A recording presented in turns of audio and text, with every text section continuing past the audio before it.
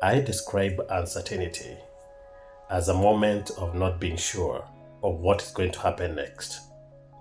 In the world we're living in right now, there seems to be a lot of uncertainty hanging around us. Let's take an example of what is happening in the trade wars. That is, the tariffs that were imposed by the President of the United States of America and the effect they have on normal people who do not even live and work in the USA. For example, the tariff between the USA and China will have an impact in Africa. It will have an impact in the Europe.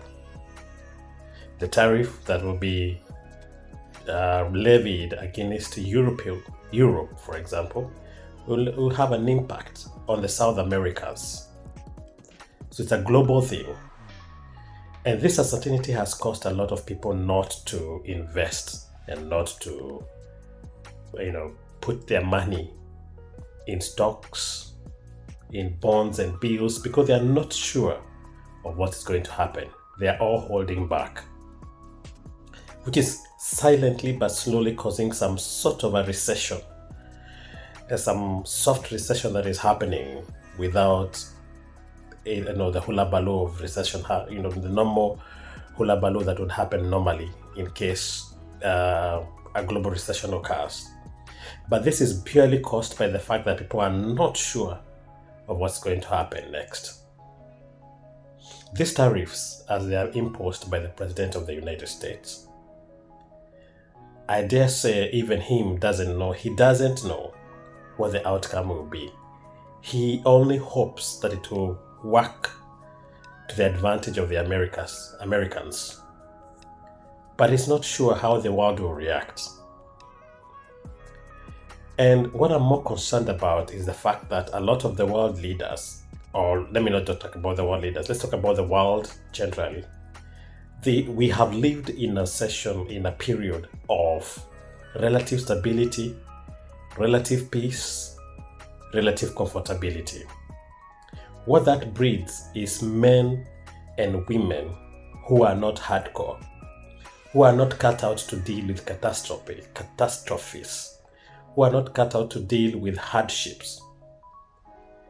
If it's a president, for example, they just want to do their 4 years or 5 years and hand over to the next president, or do their 10 years and hand over to the next president without having caused any ripples in the market. In fact, they tend to think that the more they have, during their presidency, if they have not caused any changes in the market, that they have succeeded. But that breeds people who are not strong enough to deal with catastrophes and to deal with market changes. That's why the tariffs caused a lot of rifts and a lot of people not sure what to do when they were imposed. People are rattled. The presidents are rattled. The leaders of the world are rattled. They don't know how to react to it. Yet the truth of the facts, or the truth of the matter is, if they had been strong enough, they would have held their part, being held back against the Americans. But they can't. They don't know how to do it. They don't know what to do. So several leaders have rushed to Washington to create deals with the US president. Of course, and the strong ones have stayed put. And the Chinese have countered with their own tariffs. And the Canadians, what are they doing? They have said they will counter. They have already actually done it. They have already countered those tariffs with their own. So this tells me that it is very important for us as a country, for any country, to look inward first before relying on outward help. You have to look inward. You have to think of issues as a country first before dealing with the people outside. In fact, take care of your immediate family. Start in Jerusalem before thinking of going to preach in Judea and in Samaria and other places. Deal with home first. So if it is Kenya, for example, can we sustain ourselves economically? East Africa, can we sustain ourselves economically without having to trade with the outside world? Trade amongst ourselves in such a way that we are okay without having to import to the Europe or to the Asia or to the Americas or to the Oceanics. Can we sustain ourselves? That is what our leaders should be burning the midnight oil, thinking about.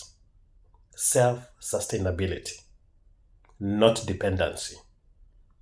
Because the person you're depending with may decide that the dependency has gone on too long. What are you going to do if you've not created a very strong, self-sustaining kind of system? So our leaders, our African leaders, we have to know that we have a strong continent. We have resources. We have the power of the people. The majority of the population will be in Africa in the next 20 to 30 years. Labor will be there. Africa is the continent of the future. But it will not be the continent of the future until it first of all closes out the rest of the world and deals with its own issues first before proceeding on to deal with the other continents. Just my thoughts for today. Adios.